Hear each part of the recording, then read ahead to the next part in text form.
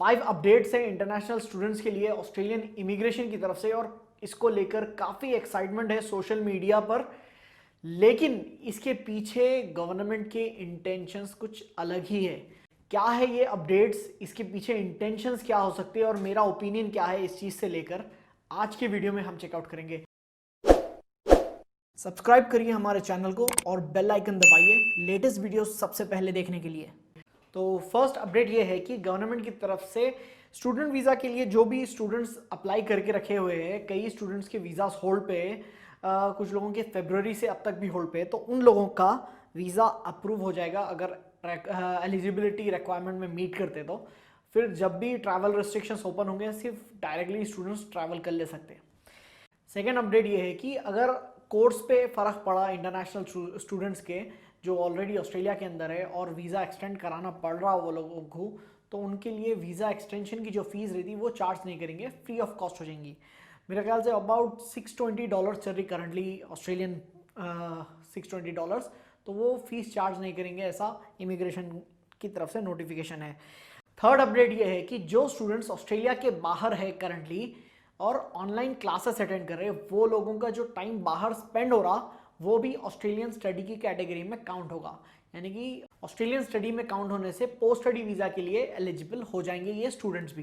Graduate student visa पर थे और बाहर स्टक हो गए और स्टडीज़ कंप्लीट हो गई, तो वो लोग बाहर रहकर भी, ऑस्ट्रेलिया के बाहर रहकर भी पोस्ट स्टडी वीज़ा के लिए अप्लाई कर सकते हैं। फिफ्थ और फाइनल अपडेट ये है कि जो लोग इंग्लिश रिजल्ट सबमिट नहीं कर सके, कोविड-19 की तरफ से एक्सेस नहीं मिल सका एग्जाम सेंटर का या रिजल्ट का, तो उन लोग को एक्स्ट्रा टाइम दिया जाएगा डॉक्यूमेंट सबमिट करने के लिए। ठीक है, ये जो 5 अपडेट्स है 100% स्टूडेंट्स इससे बेनिफिट उठा सकते हैं। जो भी स्टूडेंट इस चीज़ के लिए एलिजिबल है वो स्टूडेंट्स इससे बेनिफिट उठा सकते हैं। लेकिन मेरे हिसाब से ये बेसिक अपडेट्स है जो मार्च या अप्रैल के महीने में ऑस्ट्रेलियन गवर्नमेंट रिलीज करना चाहिए था। ये एक एडवाइजरी होना चाहिए था जो स्टूडेंट्स बाहर स्टक है, जिनका लाइफ, करियर, एजुकेशन सब एक अनसर्टेनिटी पे आ गया कि क्लैरिटी नहीं है ऑस्ट्रेलिया में जाकर वापस पढ़ सकते या ऑस्ट्रेलिया में रह सकते नहीं रह सकते या स्टडीज़ कैसा कंप्लीट करना। तो ये सब चीज़ें, ये नोटिफिकेशंस तभी आना चाहिए था मार्च अप्रैल में। बहुत से कंट्रीज इससे रिलेटेड अपडेट्स दे दिए थे, जैसा कि कनाडा, आयरलैंड और यूके। इसके ऊपर क्लैरिटी बता दिए थे कि ये सिचुएशन में क्या क्या हो सकता है, इंटरनेशनल स्टूडेंट्स के पास ऑप्शन क्या क्या है इंटरनेशनल स्टूडेंट्स के पास, तो ये चीज़ ऑलरेडी बता दिए थे। लेकिन ऑस्ट्रेलियन इमिग्रेशन ऑलमोस्ट 4 महीने से इस चीज़ को क्लैरिफाई तक नहीं करी ऑस्ट्रेलियन इमिग्रेशन। कई स्टूडेंट्स के वीज़ाज फरवरी में लॉन्च करे हुए हैं और आज तक अप्रूवल नहीं आया। इससे ये क्लैरिटी आ सकती है कि जो एलिजिबल स्टूडेंट्स हैं उनका वीज़ा आ जाएगा, लेकिन अगेन स्टूडेंट्स ट्रैवल नहीं कर सकते, तो उसके लिए वो लोग क्लैरिफाई करें कि ऑनलाइन क्लासेस पढ़ने के बाद भी आप वो कर सकते हैं। कमाल की बात यह है कि 4 महीने तक ये लोग लटका कर छोड़ दिए स्टूडेंट्स का करियर और लाइफ डिसीजंस। अब क्यों रिलीज करें? तो अब इसका मकसद ये है कि इसके पीछे पॉलिटिकल सर्कमस्टांसेस है। किसी भी कंट्री के इमिग्रेशन के रूल्स और ट्रेंड समझने के लिए 3 चीज़ें लगते हैं। फर्स्ट है इमिग्रेशन के रूल्स, उसके अलावा दूसरे इकोनॉमिक नीड्स और तीसरा है पॉलिटिकल सर्कमस्टांसेस। तो पॉलिटिकल सर्कमस्टांसेस ऐसे थे, ऑस्ट्रेलियन गवर्नमेंट स्टार्ट कर दिए थे मार्च अप्रैल में कि जॉब सीकर और जॉब कीपर प्रोग्राम। तो जॉब सीकर और जॉब कीपर प्रोग्राम, जिसकी जॉब चली गई या जो लोग जॉब सर्च कर रहे हैं उन लोगों के लिए कोविड-19 के ड्यूरेशन में पेमेंट्स रिलीज होते जाएंगे एवरी वीक या एवरी 2 वीक के लिए, जो फाइनेंशियली सपोर्ट करेंगे। ये चीज़ या ये पेमेंट्स जो है वो ऑस्ट्रेलियन यूनिवर्सिटीज़ के स्टाफ के लिए नहीं थे। ऑस्ट्रेलियन यूनिवर्सिटीज़ को सैंड ड्यून यूनिवर्सिटीज़ भी कहा जाता है, यानी कि मिट्टी का ढेर है। इंटरनेशनल स्टूडेंट्स के ऊपर इतना डिपेंड करते हैं, कभी ऐसा अनसर्टेनिटी आई तो ये लोग कोलैप्स हो जाते हैं। इसके लिए सैंड ड्यून यूनिवर्सिटी कहते थे ऑस्ट्रेलिया के क्रिटिक्स इनको, और कई साल से ये चीज़ कहते आ रहे हैं। तो ऑस्ट्रेलियन यूनिवर्सिटीज़ के पास पैसे कमाने का एक ही जरिया है इंटरनेशनल स्टूडेंट्स। कई ऐसे ऑस्ट्रेलियन यूनिवर्सिटीज़ है जिसके पास 50% से ज़्यादा स्टूडेंट्स इंटरनेशनल स्टूडेंट्स हैं, कई टॉप यूनिवर्सिटीज़। रिसेंटली एक न्यूज़ आ रही थी कि जून के महीने में यूनिवर्सिटी ऑफ वोलोंगोंग बैंकरप्ट होने की सिचुएशन में था। अगर गवर्नमेंट की तरफ से फंडिंग नहीं मिल रही थी, या स्टाफ की तरफ से पेमेंट्स कट नहीं हो रहे थे, या स्टाफ की सैलरी कट करना, या तो फिर गवर्नमेंट की तरफ से फंडिंग आना है, तो यूनिवर्सिटी ऑफ वुलांगोंग के पास सिर्फ 6 वीक्स के लिए ही पैसे थे। तो ऐसे सिचुएशन आ गई थी कि कई ऑस्ट्रेलियन यूनिवर्सिटीज कोलैप्स होने की सिचुएशन पे थे और गवर्नमेंट से हेल्प मांग रहे थे फंडिंग के लिए या तो फिर स्टाफ की सैलरीज के लिए, लेकिन गवर्नमेंट की तरफ से कुछ भी नहीं आ रहा था। तो अब क्या हो गया, ट्रैवल रेस्ट्रिक्शंस बंद हैं, ऑस्ट्रेलिया में स्टूडेंट्स आ नहीं सकते, किसी का वीज़ा अप्रूव नहीं हो रहा, तो एडमिशन्स डिक्लाइन होते जा रहे हैं। जो एग्जिस्टिंग स्टूडेंट्स है, कई स्टूडेंट्स उसमें से कंट्री छोड़कर भी चले गए, बैकपैकर्स वगैरह कई छोड़कर चले गए कंट्री को। मार्च इनटेक में बहुत ज़्यादा डिस्ट्रप्शन हुआ। चाइनीज स्टूडेंट्स, बहुत से चाइनीज स्टूडेंट्स, करीब 60,000 के या उससे ज़्यादा चाइनीज स्टूडेंट्स वापस ऑस्ट्रेलिया आ नहीं सके। अब जुलाई इनटेक में ऑलमोस्ट कोई भी कंट्री से कोई ऑस्ट्रेलिया आ नहीं सक रहा, जो ओवरसीज स्टूडेंट्स है वो आ नहीं सक रहे ऑस्ट्रेलिया में। तो अगेन अनसर्टेनिटी हो गई और कई स्टूडेंट्स ऑनलाइन पढ़ना नहीं चाहते, ऑस्ट्रेलिया आके पढ़ना चाहते। तो अगेन यूनिवर्सिटी की फीस कलेक्ट में भी और इम्पैक्ट पड़ गया इस चीज़ से। तो अब ये मोमेंट था कि या तो यूनिवर्सिटीज कोलैप्स हो जाना या गवर्नमेंट फंडिंग देना। तो यहाँ पे गवर्नमेंट का एक स्मार्ट मूव ये था कि स्टूडेंट्स के लिए बेनिफिट्स अनाउंस कर देना और स्टूडेंट्स के लिए स्टूडेंट्स एनरोलमेंट्स करना स्टार्ट कर देना। तो इससे रिलेटेड अनाउंसमेंट्स बनाए 5 के 5। अगर आप गौर से देखें तो हर जगह से गवर्नमेंट स्टूडेंट्स स्टडी करना, ऐसे रूल्स है ये 5 के 5। सिर्फ एक पोस्ट स्टडी वीज़ा का ऑप्शन है जो कि वहाँ पर भी अगर ऑस्ट्रेलिया के बाहर से स्टडी करे तो भी पोस्ट स्टडी वीज़ा मिलता। इसके लिए अपडेट है ये। गौर करने वाली ये बात है कि जब स्टूडेंट्स एनरोल करेंगे यूनिवर्सिटीज़ में तो यूनिवर्सिटीज़ फंड्स जनरेट करना स्टार्ट कर देंगे और ऑस्ट्रेलियन गवर्नमेंट को फंड देना नहीं पड़ेगा।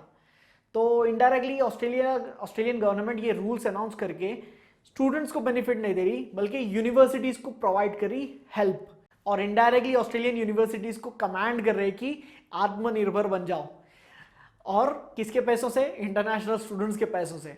तो ये एक अजीब सिचुएशन है जहां पर इंटरनेशनल स्टूडेंट्स स्टक हो गए कि कोई भी इंटरनेशनल स्टूडेंट्स क्यों इंडिया में बैठ के जूम पे क्लासेस पढ़ना चाहेगा, वो भी ऑस्ट्रेलियन यूनिवर्सिटी के। 10 से $15,000 इंडिया में बैठ के सेमेस्टर के कौन पे करना चाहेगा ऑस्ट्रेलियन यूनिवर्सिटीज को। और कमाल की बात यह है कि ऑस्ट्रेलियन यूनिवर्सिटीज में सेमेस्टर सिर्फ 4 महीने का ही रहता। 3 महीने क्लासेस चलते 12 वीक्स और 1 महीने में एग्जाम्स वगैरह जो भी है निपट के फिर न्यू सेमेस्टर स्टार्ट हो जाता। तो यानी कि 3 महीने के क्लासेस के लिए 5 लाख से लेके 7.5 लाख के बीच में इंडिया में बैठकर क्यों स्टूडेंट्स करेंगे। तो मेरे हिसाब से अगर कोई भी स्टूडेंट ऑस्ट्रेलिया के लिए अप्लाई करना चाह रहे और ऑनलाइन क्लासेस का ऑप्शन है तो बिल्कुल अप्लाई मत करो जब तक ट्रैवल रेस्ट्रिक्शंस ओपन नहीं हो। अगर किसी का यूनिवर्सिटी में एडमिशन हो गया ऑस्ट्रेलिया के और ऑनलाइन क्लासेस का ऑप्शन दे रहे तो मेरे हिसाब से डिफर करा लेना सेमेस्टर। अगर फीस रिफंड कराने की कोशिश करें तो पैसे बहुत ज़्यादा कट जाते हैं आपके, फिर से पूरा प्रोसेस फॉलो करना पड़ता कहीं और एडमिशन लेने के लिए। तो बेस्ट है कि 1 या 2 सेमेस्टर यहाँ से डिफर करा लेना ऑनलाइन क्लासेस की कंडीशन में, और स्ट्रॉन्ग रीज़न अगर दिए तो वो हो जाता आसानी से मेरे हिसाब से। लेकिन अगर ऑस्ट्रेलियन यूनिवर्सिटीज़ में एडमिशन्स नहीं हुए कुछ टाइम में, या तो यूनिवर्सिटीज़ बंद हो जाते या फिर वो यूनिवर्सिटीज़ को बंद होने से बचाने के लिए गवर्नमेंट को या फिर फंडिंग देना पड़ता यूनिवर्सिटीज़ के लिए, या फिर जॉब सीकर या जॉब कीपर प्रोग्राम के थ्रू पेमेंट्स देना पड़ता यूनिवर्सिटी स्टाफ के लिए। जो कोरोना वायरस पैंडेमिक में गवर्नमेंट की तरफ से, ऑस्ट्रेलियन गवर्नमेंट की तरफ से, ऑस्ट्रेलियन इमिग्रेशन की तरफ से जो स्टूडेंट्स के साथ बिहेवियर हो रहा, जो स्टूडेंट्स से रिलेटेड, इंटरनेशनल स्टूडेंट्स से रिलेटेड स्टेटमेंट्स आ रहे, और इंक्लूडिंग ये 5 अपडेट्स, इन सब को मिलाकर आप क्लियरली एस्टिमेट कर सकते हैं कि ऑस्ट्रेलियन गवर्नमेंट को इंटरनेशनल स्टूडेंट्स से कोई मतलब नहीं है। सिर्फ ऑस्ट्रेलियन गवर्नमेंट को इन सब से पैसे चाहिए, बस सिर्फ एक कैश काउ चाहिए जो आए ऑस्ट्रेलिया में रहे, पैसे दिए और वापस चले जाए। क्योंकि इमिग्रेशन के रूल्स और पॉलिसीज जिस तरीके से चल रहे हैं अभी भी, वो भी कई लोगों की लाइफ डिफिकल्ट बनाने में है। ऑस्ट्रेलियन इमिग्रेशन कितनी ब्रोकन है और ऑस्ट्रेलियन पॉलिटिक्स कितना नेगेटिव है इमिग्रेंट्स के लिए। तो एक वीडियो मेरे हिसाब से बनाना चाहिए कि dark reality of Australian immigration. बहुत से चीज़ें हैं ऑस्ट्रेलियन इमिग्रेशन से रिलेटेड और ऑस्ट्रेलियन पॉलिटिक्स से रिलेटेड जिससे इमिग्रेंट पे फ़र्क पड़ता है, इंटरनेशनल स्टूडेंट्स पे फ़र्क पड़ता है। कई बार मैं ये चीज़ें अवॉइड कर देता हूँ मेरे चैनल पे, क्योंकि कई लोगों के ड्रीम्स इस चीज़ से रिलेटेड है। प्रॉब्लम ऑस्ट्रेलियन इमिग्रेशन के रूल्स पे नहीं है, प्रॉब्लम ये है कि वो रूल्स फॉलो नहीं हो रहे। 1,90,000 PR का कोटा था हर साल का। 2017-2018 में 1,60,000 इशू हुए, यानी कि 30,000 PR के कोटास वेस्ट कर दिए। पिछले साल एक रूल लेके आए थे कि 1,90,000 से लेके 1,60,000 PR का कोटा कर देंगे पर ईयर का। अब ये साल पता चल रहा है कि 1,60,000 कोटा करने के बाद सिर्फ 1,40,000 PR इशू हुए, यानी कि 2014 और 2019 के बीच में 50,000 PR पर ईयर कम इशू हुए। तो इसकी वजह से इमिग्रेशन के जो पॉइंट्स है वो आर्टिफिशियली ये लोग उसको बढ़ा रहे हैं। ये लोग कई चीज़ें कर रहे हैं बैकग्राउंड में, तो हो सकता है आने वाले टाइम में मैं इससे रिलेटेड कुछ एक वीडियो बना सकता हूँ। उम्मीद है ये वीडियो आपको पसंद आया होगा। ये वीडियो अपने दोस्तों के साथ फेसबुक, व्हाट्सएप, इंस्टाग्राम पर शेयर करिए। आज के लिए सिर्फ इतना ही। That's all for today. See you next time.